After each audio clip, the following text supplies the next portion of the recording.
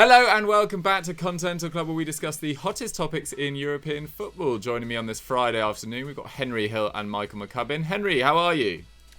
Yeah, good, thanks. Just woke up to see that Mitrovic scored 2 last night for Serbia, so... Can do it for Serbia. Any danger for showing up for Fulham. It wasn't even 2, he scored like a chip from well outside the box as well. So yeah, I'd really appreciate it if he brought some of that Serbian energy back to Fulham with him, actually. Fair. And speaking of energy, McCubbs, you were giving a few compliments to Gareth Bales last night playing against Belgium. Yeah, obviously he made those comments this week about, wanting to get to the World Cup and that being his kind of top priority, and it shows, it really shows in his performance. Like, he was fighting for every ball. Just kind of displaying the kind of commitment and passion that I think has been lacking from his club football for quite a while.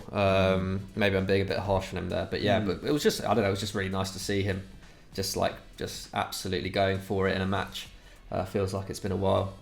Yeah, he absolutely loves it in the Welsh red. But anyway, on today's show, we're discussing £20 million signings that could fix your club. Because @Mark Rubel said, which cheap players could my club buy this summer? Now, obviously, Europe's biggest clubs have lost over £1 billion during the pandemic, according to numerous studies. Barcelona and Real Madrid's, their finances are supposedly very tight, so we don't expect a crazy summer of business. So it's more going to be about who you can sell, who you can bring in, how you can work the markets Harry Redknapp style. So we're going for cheap signings today that your club could go for. And Henry, we're kicking off with Celtic's finest, Odsonne Edouard. Yeah, in my opinion, the best player in the Scottish Premiership. I think he's better than Alfredo Morelos, and I do think that he's probably going, unlike Morelos, who I reckon will probably stay and have a crack at like a Champions League campaign potentially with Rangers. I think Edouard, it's time for him probably to leave. He's been at Celtic for 4 years now. He's 23 years old, and he was Celtic's, I believe, record signing according to Transfermarkt. Anyway, I think it was about the £9 to £10 million mark. I think their previous record signing came back like 20 years ago, so maybe inflation-wise it's different. But he was their record signing, and he's definitely been great value when you consider that. He scored 81 goals and assisted 36 times in 162 games for the club. That's 0.7 goal involvements per game. Bear in mind, he came through that PSG academy, which is famous for producing some of the best players in the world, monopoly over the Paris metropolitan area. So it's pretty exciting in that regard. And that record from Edouard is actually the same as what Moussa Dembele managed for the club between 2016 and 2019. And obviously he's gone on now at Atletico Madrid, previously playing for Lyon, where he was successful as well. So it kind of shows you the ilk in which Edouard is performing in. And he's won a lot of trophies too. He's kind of developed that winning mentality, I guess, which comes with playing for Celtic. That's 3 Premier League titles, 2 Scottish Cups, and 2 League Cups there as well. Unsurprisingly, lots of clubs have been following him. They have been interested in him. And I guess a lot of people might say, well, why would you go in for him after this season? Because it did look as if he was struggling. He only netted 7 goals before January, with 3 of those coming on the opening day. And really, his form's only turned around since it's kind of looked like the league season was getting away from them, I say. 9 goals in his last 11 games. Even so, he still netted 20 and 34 in all competitions. He's consistently scored in the Europa League as well, around the 5 per season mark. Who's excellent. And the thing I like about Edouard, he's 6'2", he's really powerful, and he's super skillful as well. He likes to drop in, get the ball, turn and play. He's got excellent footwork. He's got a bit of like Lacazette to him, but a lot more kind of power and precision, and really skillful finisher too. If you look at it, some deft flicks, and he's got left foot, right foot. He's kind of got it all in his bag as well. And to kind of give you an idea more of the calibre that he's playing at, he's got 15 goals in 10 appearances for the French under-21 side, which is no mean feat. He's still part of that squad today, despite being a little bit older. Which shows you the kind of regard I think the French national system hold him in as well, which also gives you the feeling that maybe this is the time for him to move on if he wants to kind of push on, because he's never ever going to break into that French side proper playing for Celtic. That's just the bottom line, really. If you look at a few more of his stats, he takes 4.1 shots per game. That's the most in Scotland. Gets nearly 47% of his efforts on target. That's the 7th best in Scotland. And 1.9 shots on target per 90, which once again is 0.5 better than Alfredo Morelos. So yeah, like I said, for me, he really is the standout candidate there, and I would be amazed if teams don't go in for him this summer. I think 20 million is really the kind of value you'd be looking at to get for him there. That'd be double the money that Celtic went for. I wouldn't be surprised if he went for even more than that. I was reading today that apparently Liverpool are entertaining the idea of offering Origi plus £15 million. So I don't know if that would necessarily... I don't know how Origi feels about that move. But yeah, Leicester City, they've certainly been linked with him. Brendan Rodgers obviously knows Edouard well from their time in charge together. Whether or not Iheanacho's kind of return to form might change that, who knows? But certainly Vardy is getting old and his kind of goals have been dropping off as the season's worn on, so they could definitely use a player of Edouard's quality too. Arsenal also averaging just 1.4 goals per game versus just 1.9 under Unai Emery, so that kind of a bit of a drop off there, so they could definitely look at a striker, and I don't really see many better for kind of the value of money they're looking for than Edouard right now. I think he's a really exciting player, young, powerful, he's got a little bit of everything, and if a club can get him for a decent price, then I certainly think he will be one of the hot ticket items, because he is in that bracket of kind of transfers which I think most clubs will be aiming to achieve this summer.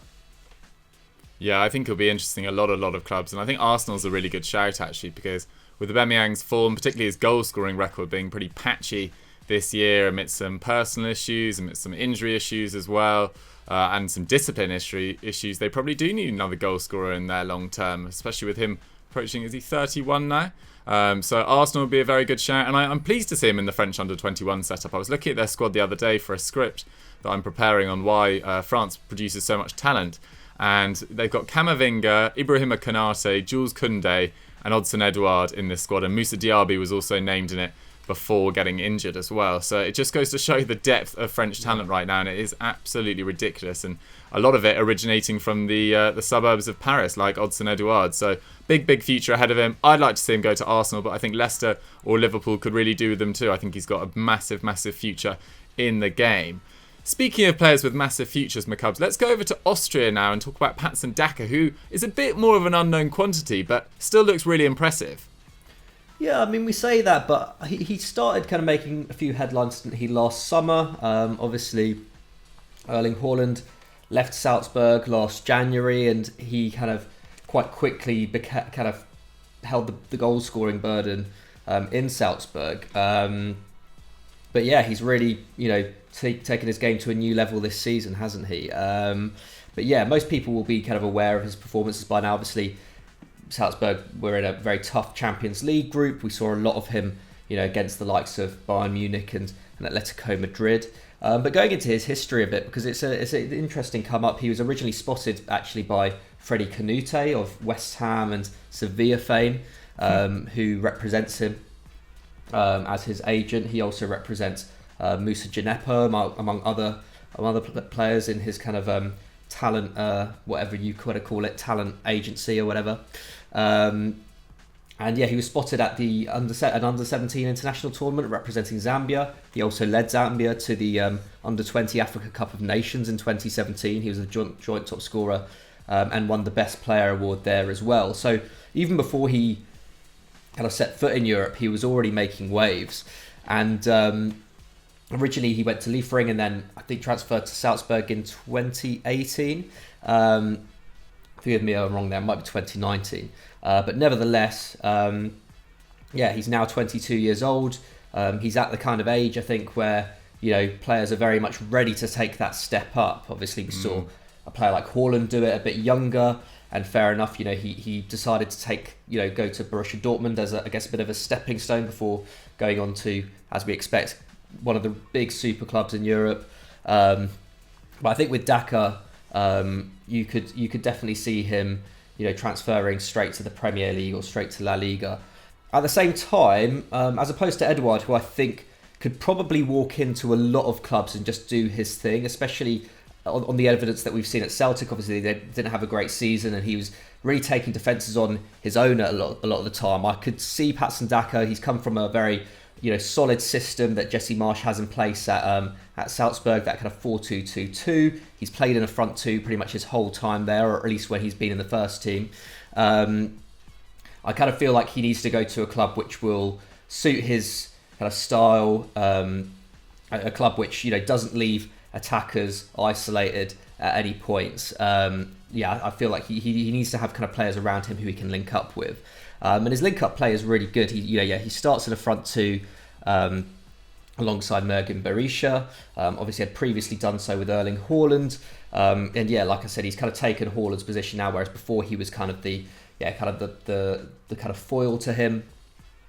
And it shows in his play because he's very quick, he's very agile, he's great at pulling off the last man at the last moment. But equally, his passing's really good. His passing range is pretty varied. He'd be an asset for a number of sides, kind of looking for that extra bit of spark. He's not necessarily been at his best in Europe though, or at least he's not been firing in Europe. Obviously, drawn in that really tough group in the Champions League, contributed to 0 goals and 1 assist in 4 appearances, just 1 assist when Salzburg lost to Villarreal in the round of 32 in the Europa. But his numbers were pretty impressive nonetheless. He was averaging 3.9 shots per 90 in the Champions League. 2.6 of those were coming inside the box.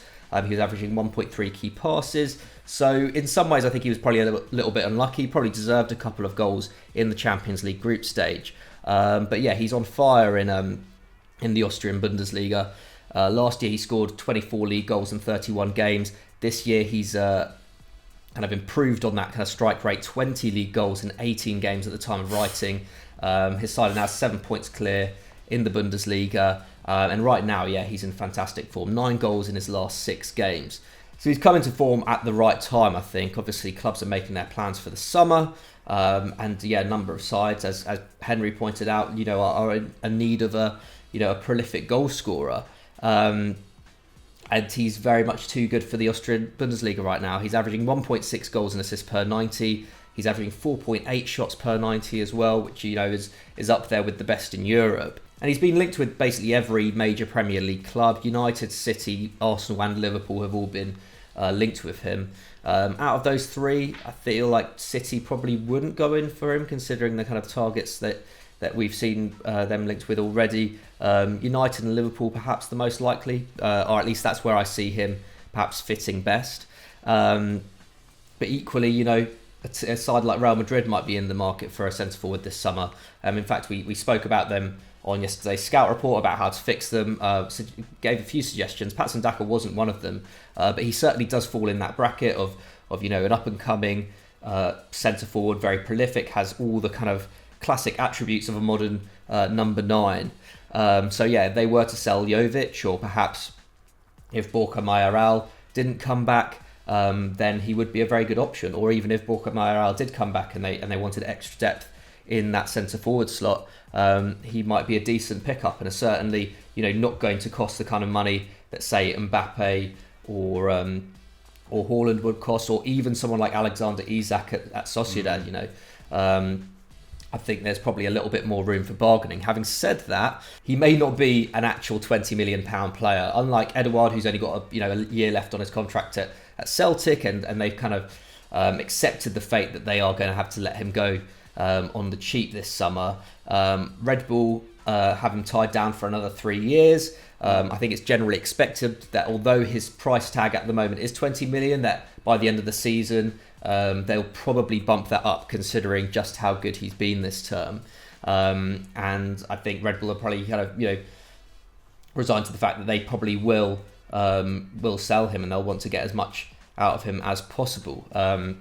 Having already, of course, sold Szoboszlai in the winter. I would say, I think he'll still be a great pickup, but I do think clubs will have to be prepared to probably pay closer to the 30 million mark if they do want him. It's interesting that you mention RB Salzburg, and we do RB Salzburg after Celtic as well, because I saw the other day that Jesse March, their coach, is being linked with the Celtic job, which to me was kind of extraordinary. I thought he'd hold out for a slightly bigger job, no offence to Celtic fans, but I thought he probably deserved one. I feel like if Nagelsmann leaves Leipzig, then that seems like a perfect place. But he said Celtic, he'd be honoured he was honoured to be linked with the job there. So that's one to keep an eye on there as well. But it's a very good point about Edouard's contract. I think Celtic pretty much have accepted that he's going to go. I think some of his unhappiness at not going last summer contributed to his poor form at the start of this season, whereas Daka's just been playing very well, and as you say, got 3 years left on that deal. We're going to head over to Spain now for our next pair. We're going to talk about Kang-in Lee, whose treatment at Valencia under Javi Gracia has left some Valencia fans pretty confused. He's been Valencia's sort of standout creative player so far this season. He's averaging 1.7 key passes per 90, more than anyone else in the Valencia squad. But his minutes have still been pretty limited. He's only appeared in 20 La Liga games, just 12 starts, despite looking pretty much like Valencia's best ever, or at least best creative player, when he does appear. And I saw a blog by a Valencia fan the other day saying Javi Gracia was on purposely not using him because he's obviously having massive issues with Peter Lim, who's looking to sell the club after the sort of infighting that was happened last summer. And supposedly this blogger, which might be rubbish, was suggesting that Javi Gracia isn't using Kang-in to make sure his value drops before selling him this summer to sort of spite Peter Lim, which seems a little bit far-fetched, but I don't know. I enjoyed the blog anyway. But yeah, Kang-in seems like a really exciting prospect. He's 20-year-old, Korean academy graduate. He made 24 appearances last term. He's got a similar amount of minutes this term, but you'd expect for more because his numbers do actually look very good. He can play as a central striker, as a second striker, or as a number 10, and he's averaging 1.8 shots. I've already talked about his key passes, and 2.4 dribbles per 90, which is second in that squad. And he's got 4 assists to his name despite limited minutes, and that's third in the squad behind Carlos Soler and Jose Gaya, despite playing almost half the minutes of both of them.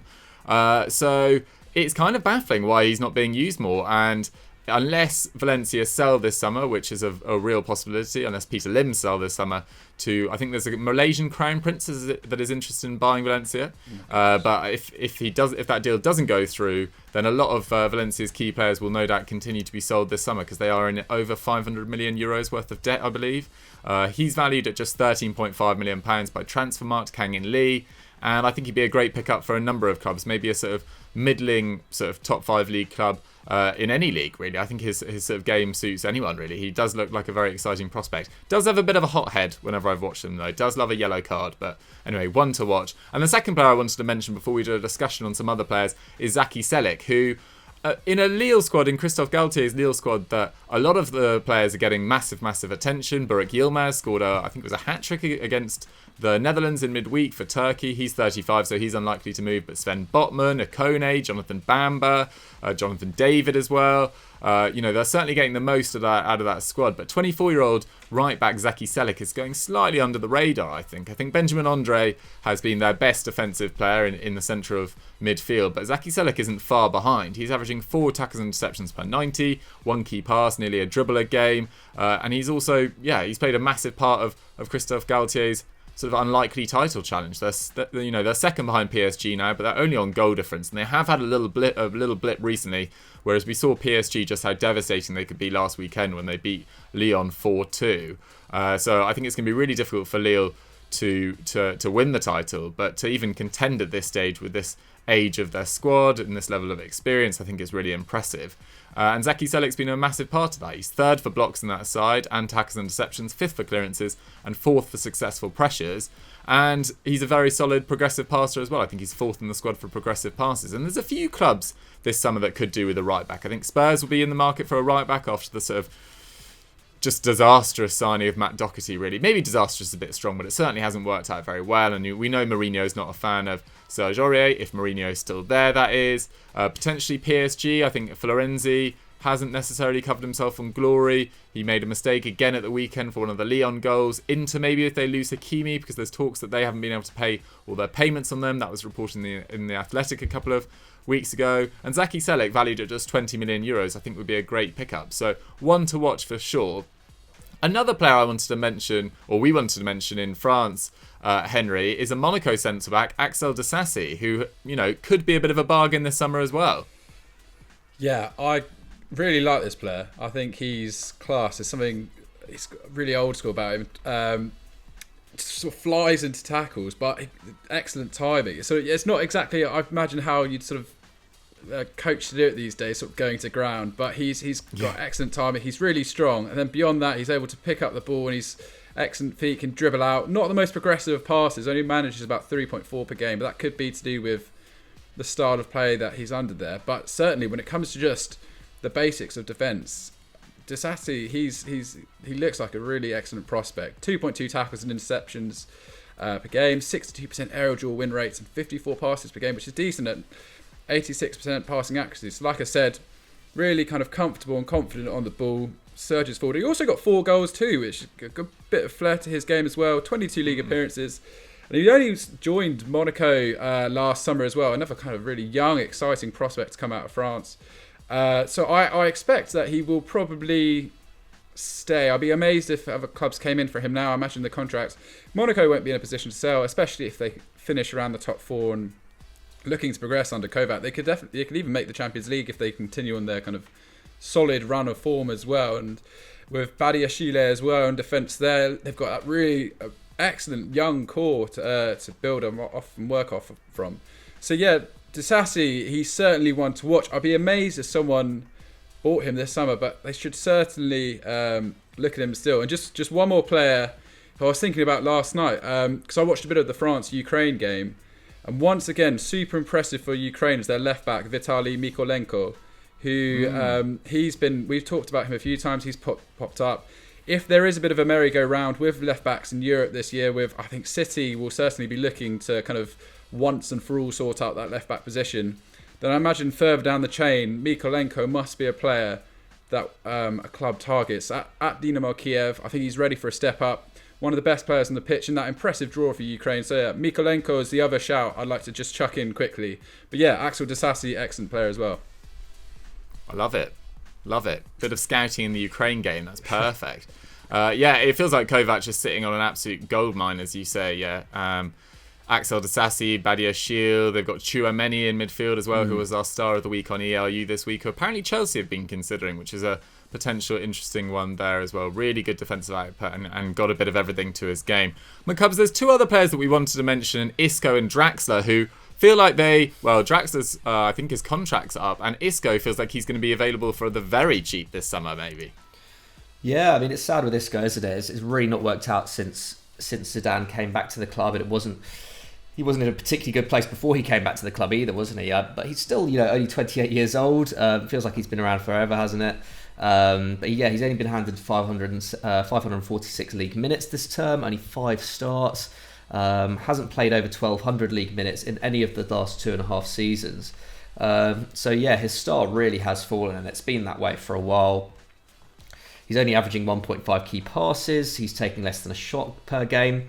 But he is still, an amazing technical operator, isn't he? He still completes nearly 4 dribbles a game. At the last World Cup, I think he was far and away Spain's best player.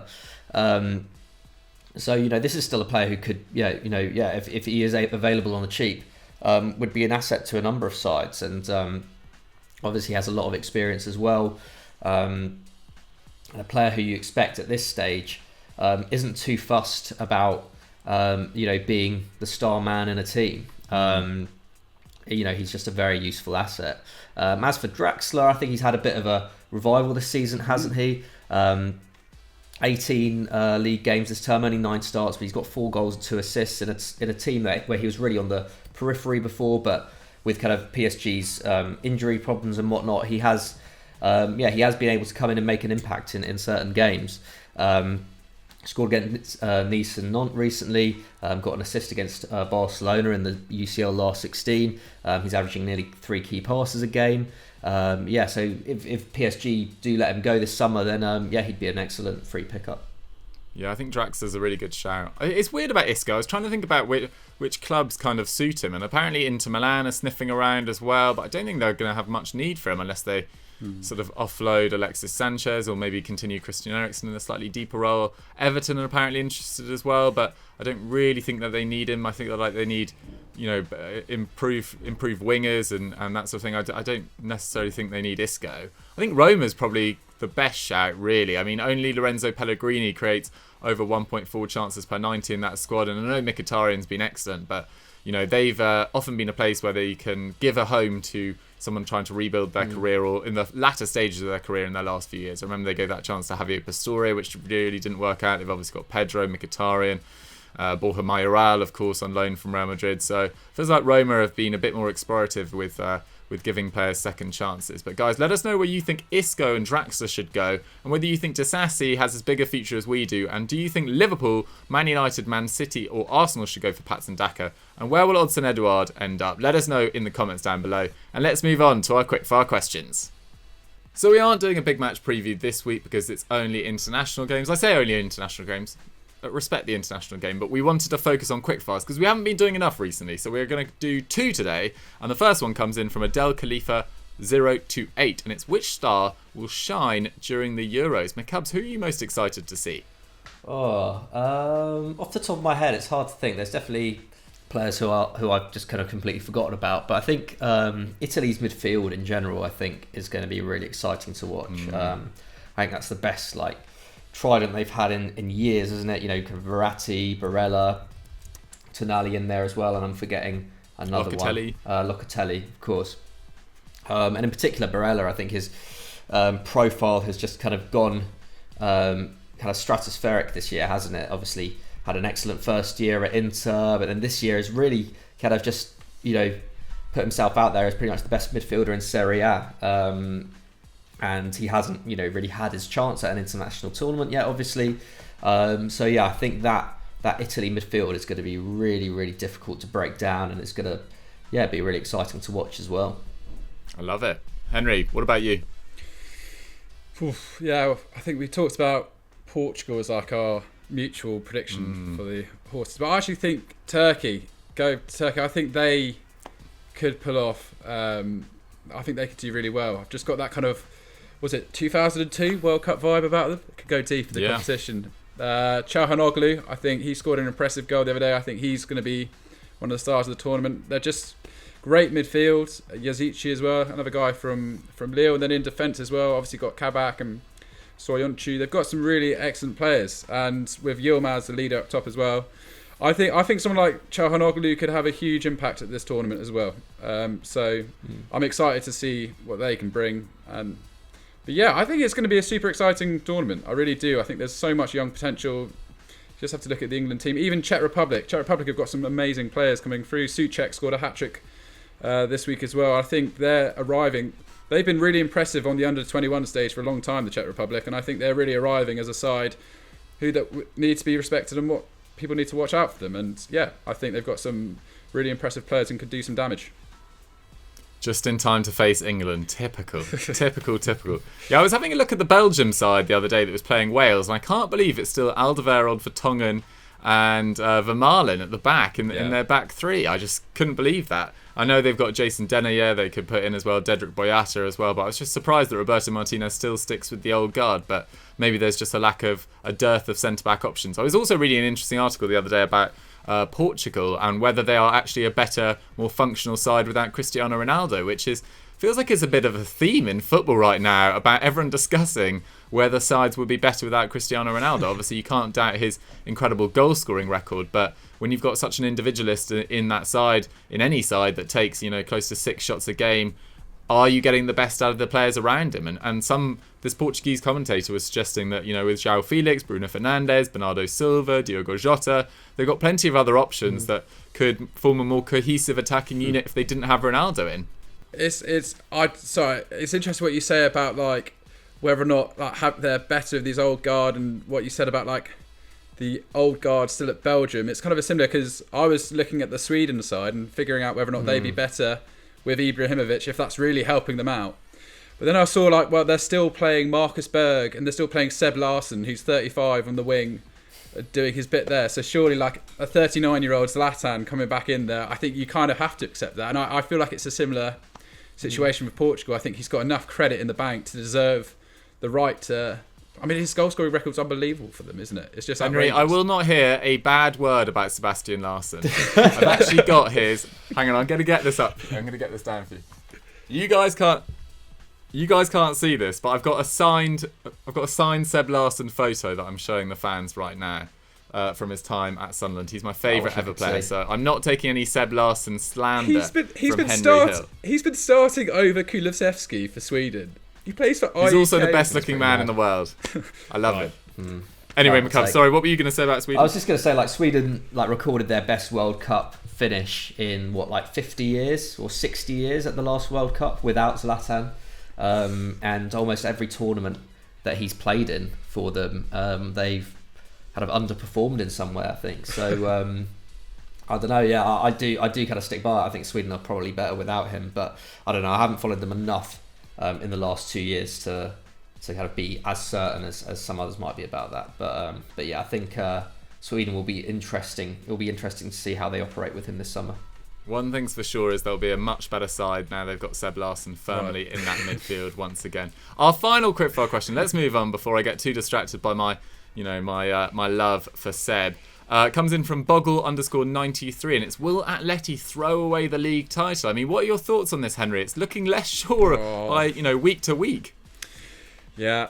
I'm a kind of Rocky Blancos fan, so it is a bit painful to see. I think they won the other day, which was a bit more reassuring. But even so, they're just grinding out 1-0. They're never particularly convincing victories, are they? They often seem to get beat on XG in every game. Meanwhile, you have Barcelona, who do look like they're coming to fruition. Rumours that maybe Ansu Fati might be having to face another surgery there, which would be intriguing. That could be a real hiccup. But even with players like Pedri coming, really arriving, I think he'll be another star at the Euros as well. If he does start playing for Spain, I think he could. There's no reason why they shouldn't throw him in there. It's a bit of a free hit, this tournament, for them. But yeah, Atletico Madrid, I'm worried. I need to have a look at their running, but I do think 4 points ahead of Barcelona, 10 games to play. They still do play Barca. Do they? Right. Well, so that sounds like a big match preview in the making, doesn't it? I think sadly, Barcelona is the potential to catch them. I just hope that they go into that kind of Simeone shutdown mode and sort of get the job done. But yeah, it is worrying. I think it's massively shifted in terms of my confidence in them being able to see this out.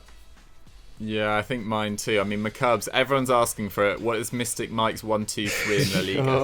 I have a feeling that Atleti Barca is the final game of the season as well, much like in 2014 when they ground out that result at the Camp Nou and won it there. So yeah, that will be, if that's the case, it's going to be incredibly exciting. I think, God, yeah, it's so easy to see them getting caught right now. I think they do need to go on another, kind of 3-4 game run where they're clearly the better side, where that attack kind of comes into the kind of form that it was in the early stages of the season. But right now, I don't know. They're still 6 points clear of Real Madrid. They're still 4 points clear of Barcelona. Let's remember, they are still the team to beat in many respects. And yeah, I don't know. It's really hard to call because I still see Real and Barca dropping, losing 1 or 2 more games before the end of the season. They are in really good form right now. Real Madrid look incredibly solid. Their defence has really shone in the last 2 months. Barcelona's attack has been on fire again. Messi is on fire again, obviously. But with both of those sides, you can still see them messing up. Whereas at least with Atleti, like you're saying, they can play quite badly and still just about win. Luis Suarez can still kind of produce the goods, can't he? He's been in excellent kind of finishing form this season. So yeah, I don't know whether they'll throw it away. That's not a very good answer, but yeah. Well, it's tough to call, really. I have absolutely no idea. I feel like that Oblak penalty save at the end of their last match, just before the international break in the 86th, 7th minute? I think that was his first penalty save since 2014 or something like that. Which is absolutely mad. He doesn't have a great record for one of the world's best keepers for saving penalties, but felt like a real momentum sort of shift almost. If they'd drawn that game, it would have been very, very different. But guys, let us know your thoughts on who is going to be the star of the Euros and who is going to win La Liga in the comments down below. And that's all we've got time for on Continental Club for this week. Thank you so much for watching once again. I hope you guys have enjoyed the show.